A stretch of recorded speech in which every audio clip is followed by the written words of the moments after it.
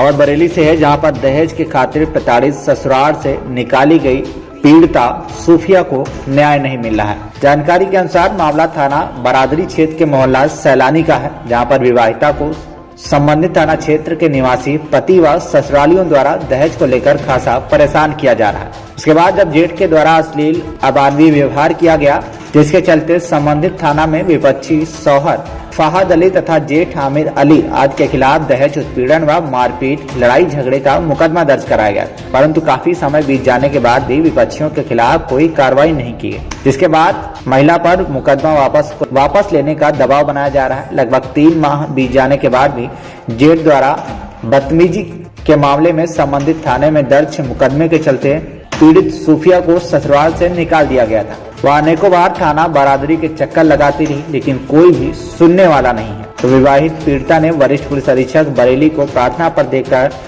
पत्र देकर विपक्षियों के खिलाफ न्याय की गुहार लगाई है। वहीं सूफिया का कहना है कि उसकी अम्मी और भाई ने मिलकर लाखों रुपए खर्च करके निकाह किया था, लेकिन इतना सब करने के बाद भी बेचारी विवाहिता पति और जेठ की बेहुदी हरकतों का शिकार हो रही है, जिसे दहेज को लेकर प्रताड़ित भी किया जा रहा है और इंसाफ देने वाला कोई नहीं।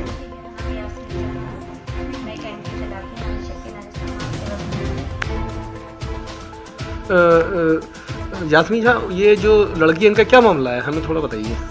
सर वही ये 3 तलाक का पीड़िता है ये, और जो विकास मंत्री आजम खान रहे हैं, उनके जो समधी हैं रिजवान खान, उनके परिवार की बहू भी है, जिसकी वजह से 3 तलाक की एफआईआर बड़ी मुश्किल से की बरादरी थाने में भी नहीं थी।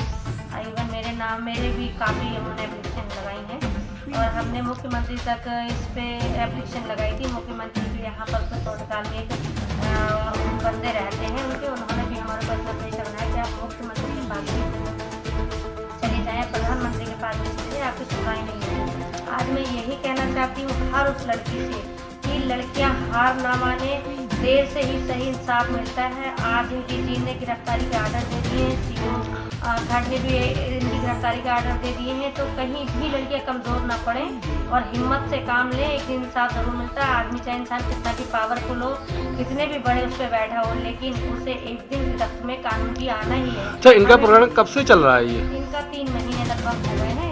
31 अक्टूबर को इसके 3 तलाक हुआ था और तब से लेके आज तक ये लड़की कई बार बीमार पड़ी है, एडमिट भी रही है, उसके ऊपर प्रेशर काफ़ी है, यहाँ तक कि मुझको भी धमकियाँ मिल रही थी आजम खां के परिवार से, लेकिन ना ये डरी ना हम डरे और ना ही हम आगे डरेंगे। हम तो बेटियों को यही कहेंगे कि जहाँ ना चले अपने इंसाफ चाहिए तो लड़ना खुद ही पड़ेगा। तो आप लोग थाना इंचार्ज से मिले थे, आपको क्या आश्वासन मिला है? जी, थाना इंचार्ज ने तो बिल्कुल ही हमारा साथ दे दिया और बल्कि इसके भाई पे भी कई केस कर दिए हैं और वो आगे भी ये धमकियाँ दे रहा है कि हम इतने केस कर दूंगा, जो मैं करूँगा। कौन लोग हैं जो धमकी दे रहे हैं?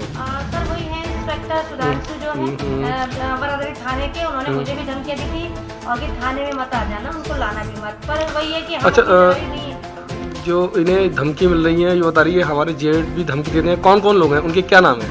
एक तो फहद है, एक आजम खां के जो समधी है रिजवान जी है, रिजवान खान है जो उसके विकास मंत्री पूर्व आजम खान उनके रिश्तेदार समझी हैं, उनके सगे, उनके भांजे की ये बहू है, उनकी भी मुझे धमकियाँ मिल रही हैं। और योगी आदित्यनाथ जी के ऑफिस में एक बंदा है और वो भी उनके ही कोई अपने हैं, वो भी मुझे धमकियाँ दे रहे हैं, इसको भी धमकियाँ दे रहे हैं और सुधांशु भी जो इंस्पेक्टर है वो भी दे रहे हैं, वो मुझको भी धमकियाँ दे रहे हैं कि आपकी जो ये राजनीति है एनजीओ सारा मैं बंद करा दूंगा। लेकिन आज तक किसी की इतनी हिम्मत नहीं हो, किसी के बाप में दम नहीं है जो मेरा एनजीओ बंद करा दे। ये मैं चैलेंज देकर कहती हूँ और मैं इंसाफ की लड़ाई लड़ती थी और लड़ती रहूँगी हमेशा, बेटियों को भी आगे बढ़ाती रहूँगी कानून के दायरे में, जो हमें अपने कानून पर पूरा विश्वास है।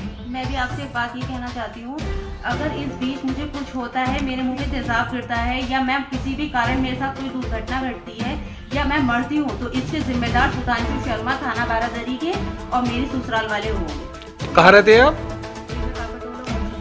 नाम क्या है आपका? सूफिया खान जी, बताइए क्या मामला है आपका? मामला मेरा ये है कि मुझे अब से 30 अक्टूबर को मुझे मेरे पति ने तलाक देके मारपीट के घर से निकाल दिया था, लेकिन 3 महीने होने के बावजूद भी मेरे उन लोगों के ऊपर कोई कार्रवाई नहीं हुई, क्योंकि सुधांशु शर्मा थाना बारादरी के इंस्पेक्टर जो हैं वो उन लोगों से मिल गए हैं और फिर मुझे बीच में बुलाते हैं, मुझे धमकाते हैं कि अपना मुकदमा वापस लो, वरना हम तुम्हारे भाई को झूठे केसों में और कहीं फंसवाएंगे। और मेरे पास 40 कांस्टेबल हैं, मैं आपके साथ भी कुछ भी कर सकता हूँ। और उन्होंने मुझसे ये कहा है कि अगर आपने अपना मुकदमा वापस नहीं लिया तो फिर आपके साथ अच्छा नहीं होगा। दूसरी बात ये, अब मैं एडीजी साहब से जब मिली हूँ तो एडीजी साहब से मैं बहुत खुश हूँ। एडीजी साहब ने ऑर्डर कर दिए हैं कि 3 दिन के अंदर अंदर इन लोगों की गिरफ्तारी की जाए, इनके पति की।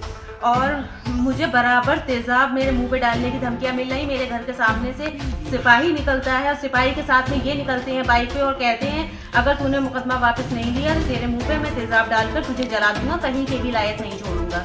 ये बराबर मुझे धमकियां मेरा जेठ भी दे रहा है और मेरा पति भी दे रहा है, क्योंकि मेरा घर उनके घर के नज़दीकी है। और फिर मैं निकल के जाती हूँ शैताना या कहीं पे भी निकल के जाती हूँ तो वो मुझसे रास्ते में मिलकर यही बात कहता है कि तुम्हारे मुंह पे तेजाब डाल दूंगा, तो अपना मुकदमा वापस लो।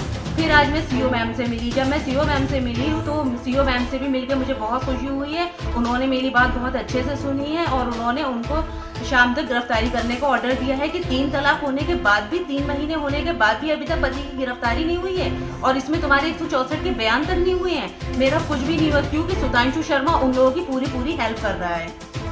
और रिजवान, जो आजम खां के जो समधी रिजवान है, उनके कहने पे ही मेरे पति ने मुझे तलाक दिया है, क्योंकि जब मैं ससुराल में थी जिस टाइम उन्होंने मुझे तलाक दिया, पहले उन्होंने अपने मामू रिजवान को फोन करा। फोन करने के बाद में फिर मुझे उन्होंने 3 तलाक देके घर से निकाला। ये प्रकरण कब से चल रहा है? ये इस प्रकरण को चलते हुए कम से कम 5 महीने हो चुके। 5 महीनों। अब आपने कहाँ इसकी शिकायत की है? मैंने इसकी शिकायत एडीजी, आईजी सबके पास की, लेकिन अभी तक मेरा कुछ नहीं हुआ था। लेकिन अभी मैं 3-4 दिन पहले जब एडीजी साहब से मिली तो एडीजी साहब ने मेरी बात बहुत अच्छे से सुनी।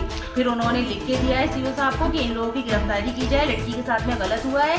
आज मैं सीओ साहब से मिली हूँ तो सीओ साहब ने भी मेरी बहुत अच्छे से बात सुनी और उन्होंने फौरन ही उन लोगों की पति की गिरफ्तारी करने के ऑर्डर दिए। अब आप क्या चाहते हैं? मैं भी ये चाहती हूँ कि जो मेरे साथ गलत हुआ है, मेरे ससुराल वालों के खिलाफ उनके साथ कार्रवाई हो, उन लोगों को जेल भेजा जाए। बरेली से साहबाज सिद्दीकी की रिपोर्ट, TV1 इंडिया न्यूज।